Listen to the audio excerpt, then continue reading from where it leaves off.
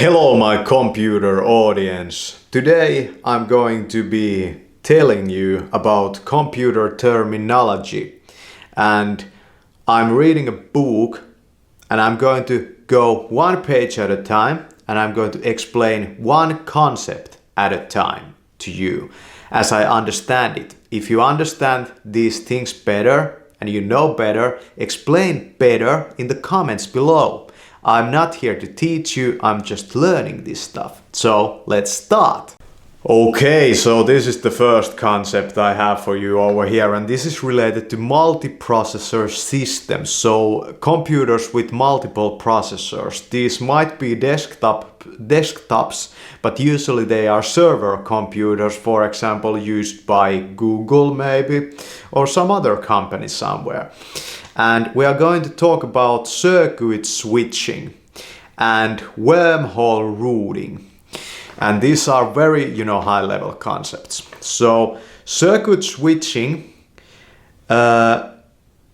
enables the processor 1 to send the message to the processor 2 fast through all the possible switching points between those processors, It creates this kind of a straight route, the shortest route to that second processor. And it sends the whole message or the whole package that the processor sends out to the processor 2 in one go. It doesn't split the output that the processor gives to the processor 2 into smaller bits. Okay, so the next concept I have for you over here is wormhole routing. So what's wormhole routing then? It's kind of the same thing as the previous one, but in wormhole routing, the packet is divided up into smaller bits, and it's sent through the switches inside of the motherboard, to the processor 2, and it's sent there by splitting it up into like smaller pieces and then sending the first one straight ahead, And these are the two ways that we try to kind of, I believe, decrease latency in multiprocessor systems. No fucking idea. Correct me if I'm wrong, because I'm probably wrong, Okay, so the next concept I have for you over here is PID. What's an PID? It's a process ID in Linux computers. So each process has this, I think it's, how many numbers is it? But it has a number, that it can be identified with. So every time you start a process, the process is identified with a number, but it always changes, as you close and open up new programs, so it's not, static to every program, and that's how the computer kind of keeps track of all the processes. You can look at them in the system resources window, you see those process IDs over there. That's PID for short. Okay, so this is a completely new term for me. It's related to memory management, and mainly in Linux, and it's about pages. And there's something called page frame reclaiming algorithm, and this makes sure that the management of the memory pages, whatever they might be, I have no idea, this is completely over my head. It manages those, so it's a higher level, is it a program that deals with the memory pages.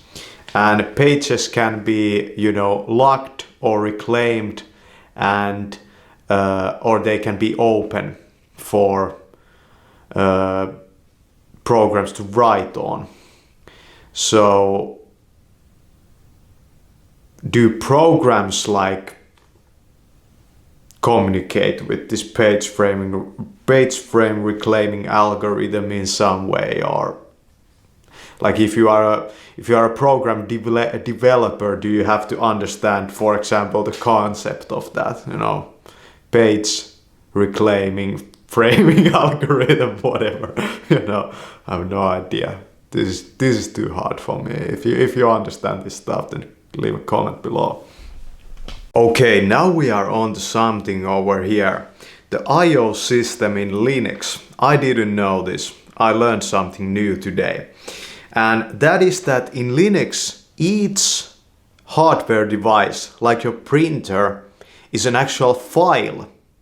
And that pathway would be in the dev, folder. I know this that when you, for example, plug in an SD card to your Linux operating system, it goes into the dev folder. But I didn't know that, for example, when you print a file on a printer, what happens on the background, if it would be done on through the terminal, it's just that the file is copied,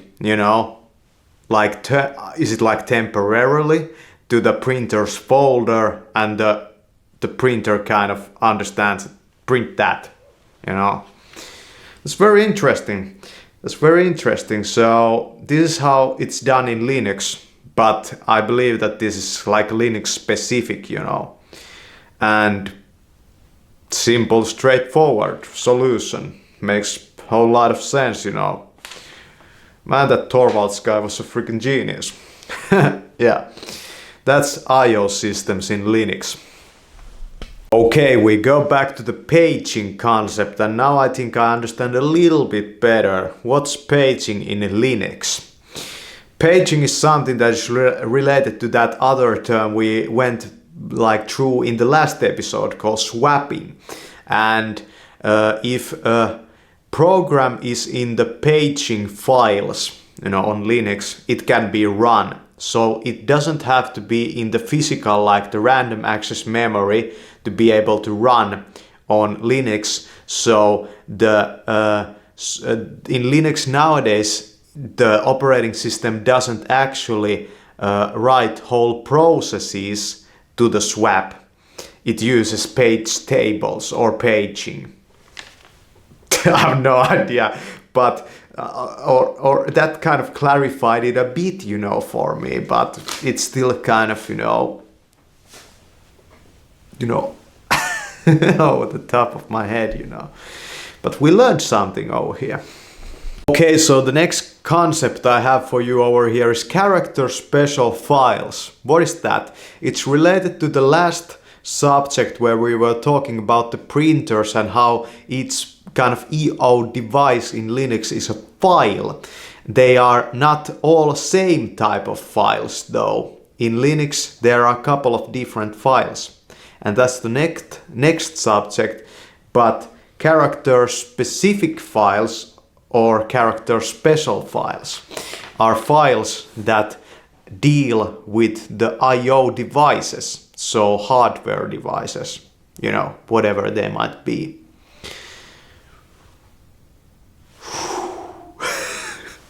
Okay, this concept over here, ASCII and binary files, is kind of flaky for me. I don't really understand this. I understand that ASCII files are files that are, plain text, They are not ones and zeros.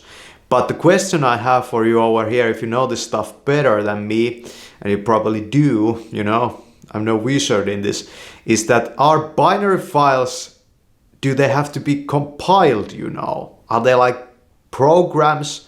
Or how do you actually make those files? Or are those files made by the programs? So they are not really human-made. So can a program make a binary file without any, compiling, Or where do those binary files come from, if there are ASCII files and binary files? you know. You understand the difference. The basic difference is that ASCII files are text, human language, and binary files are ones and zeros, you know. But how were they made, you know? Well, that's a different question. Okay, so the next concept is segmentation, and this is the explanation to my question: how do processes access the same data, you know? And this is done through segmentation.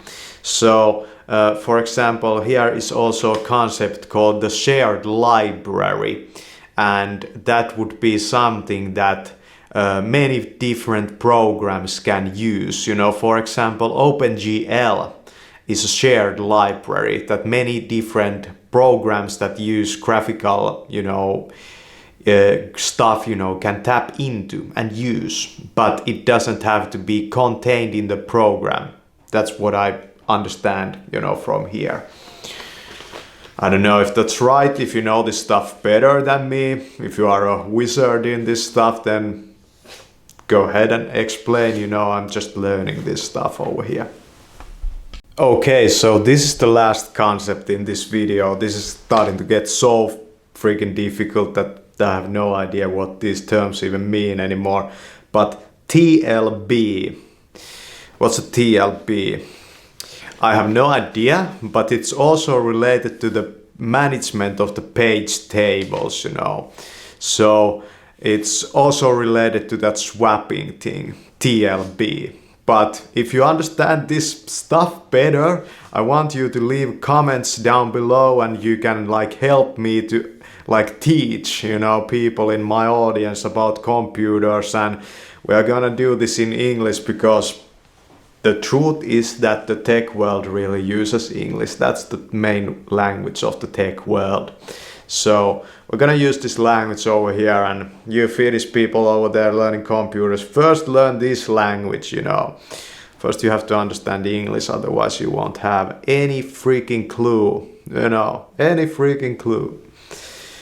So that's the video, learning difficult computer concepts and terminology mainly related to the Linux operating system. This was mostly Linux stuff, you know, over here.